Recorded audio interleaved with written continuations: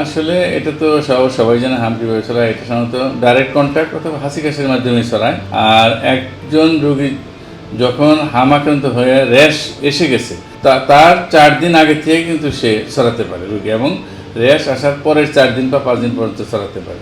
এই জন্য যখন একটা রোগীর র্যাশ চলে আসে তখন তো আমরা তাকে আইসোলেট করি, মাস্ক ব্যবহার করি, স্বাস্থ্যবিধি মেনে চলে। কিন্তু র্যাশ অ্যাপিয়ার করার আগের 4 দিন কিন্তু সে অনেক ঘোরাঘুরি করতেছিল বা আমরা জানিও না তার হাম, ওই সময় কিন্তু অলরেডি সে অনেক বাচ্চাদেরকে ছড়াই ফেলে।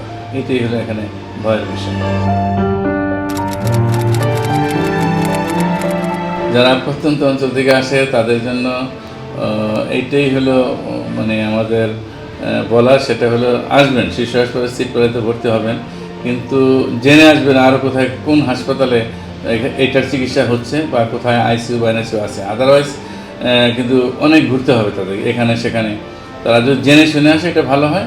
আর যদি জেলা সদর হাসপাতালগুলিতে মোটামুটি ব্যবস্থা থাকে, ভালো অক্সিজেনের ব্যবস্থা থাকে বা হাইফ্লো বা সিপ্রেপ থাকে, ওখানেও কিন্তু এই চিকিৎসা নিতে পারে।